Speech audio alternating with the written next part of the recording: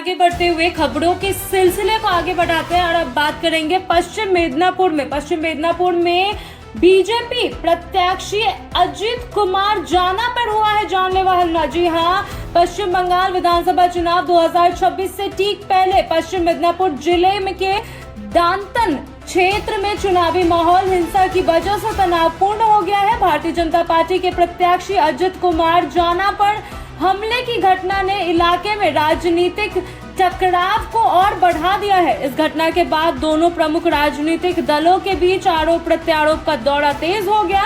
जानकारी के अनुसार दांतन विधानसभा क्षेत्र में चुनाव प्रचार के अंतिम दिन बीजेपी की ओर से एक बड़ी मोटर बाइक रैली निकाली गई थी। यह रैली हरिपुर से शुरू होकर विभिन्न इलाकों से गुजरते हुए आगे बढ़ रही थी। रैली में बड़ी संख्या में पार्टी कार्यकर्ता और समर्थक शामिल थे जो अपनी उम्मीदवार के समर्थन में शक्ति प्रदर्शन कर रहे थे। प्रत्यक्षदर्शियों के मुताबिक, यानी कि जो लोग वहां पे थे उन्होंने जो आंखों देखी बयान की है उसके मुताबिक, जब यह रैली सबड़ा से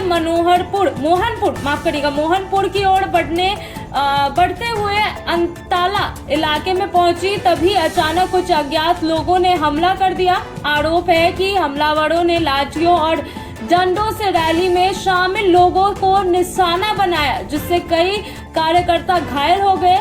इस हमले के दौरान कई मोटरसाइकिल में भी तोड़फोड़ की गई, जिससे मौके पर अफरा तफरी का माहौल बन गया।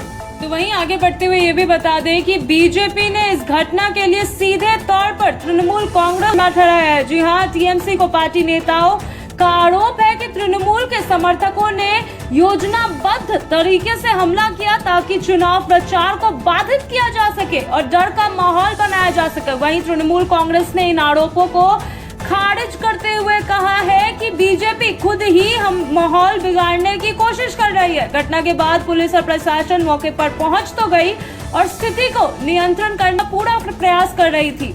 घायलों को नजदीकी अस्पताल में भर्ती कराया गया, जहां उनका इलाज जारी है। प्रशासन ने मामले की जांच शुरू कर दी है और दोषियों के खिलाफ सख्त कार्रवाई का आश्वासन भी दिया है। राजनीतिक विश्लेषकों का मानना है कि पश्चिम बंगाल में चुनाव के दौरान इस तरीके की हिंसक घटनाएं नहीं है और ये नई नहीं है, हर साल का ही है। पश्चिम बंगाल में इलेक्शन से पहले तृणमूल, बीजेपी, कांग्रेस, इनके बीच झड़प होती है, हिंसक घटनाएं होती है, लेकिन हर बार यह लोकतांत्रिक प्रक्रिया पर सवाल खड़े करती है। खासकर चुनाव से ठीक पहले इस तरह की घटनाएं मतदाताओं के मन में भय पैदा कर देती है, जो मतदान प्रतिशत और चुनावी परिणामों को पूरी तरीके से प्रभावित करती है। इस घटना ने एक बार फिर राज्य में चुनावी हिंसा और सुरक्षा व्यवस्था को लेकर बहस छेड़ दी है। निर्वाचन आयोग और सुरक्षा एजेंसियों के लिए यह एक बड़ी चुनौती बन गई है कि वे मतदान को शांतिपूर्ण और निष्पक्ष तरीके से संपन्न करें। कुल मिलाकर अगर बात कहें तो पश्चिम मिदनापुर की यह घटना यह दर्शाती है कि चुनाव राजनीति और रणनीति में तनाव किस हद तक बढ़ चुका है। आने वाले दिनों में प्रशासन की कार्रवाई और राजनीतिक दलों की प्रतिक्रिया इस मामले को और अधिक दिशा दे सकती है।